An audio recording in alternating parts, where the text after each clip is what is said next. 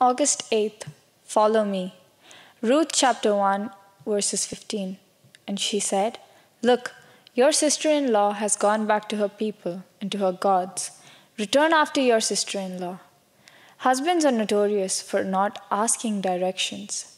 One wife said that her husband and she left a wedding to go to the reception. Not knowing how to find the reception hall, her husband chose to follow one of the other wedding guests rather than ask directions. After numerous twists and turns, the car ahead of them finally pulled into the driveway of their own home. As it turned out, these guests had not planned to attend the reception. Where a person is going should influence whether or not we want to follow him. Naomi urged her daughter-in-law, Ruth, to follow the way Orpha, her sister-in-law, had taken. But Orpha was headed in the wrong direction. She was going back to her people and her gods. Orpha had been exposed to the God of Israel while she was a part of the Elimelech's family.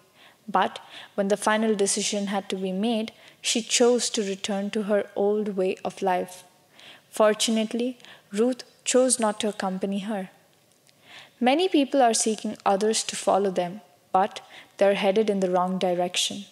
When we cut through all their assurances and promises, we discover that what they're really offering is to lead us back to enslavement to the world. The Apostle Paul urged the Corinthians, imitate me just as I also imitate Christ. 1 Corinthians chapter 11, verse 1. The same applies to us today.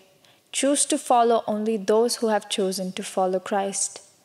Be careful whom you allow to be your leader. Take time today to make sure you're following someone who honors the Lord. Anyone who is not headed in the same direction as Christ is not headed in a direction you want to go. Before you follow, know where you're being led. Amen.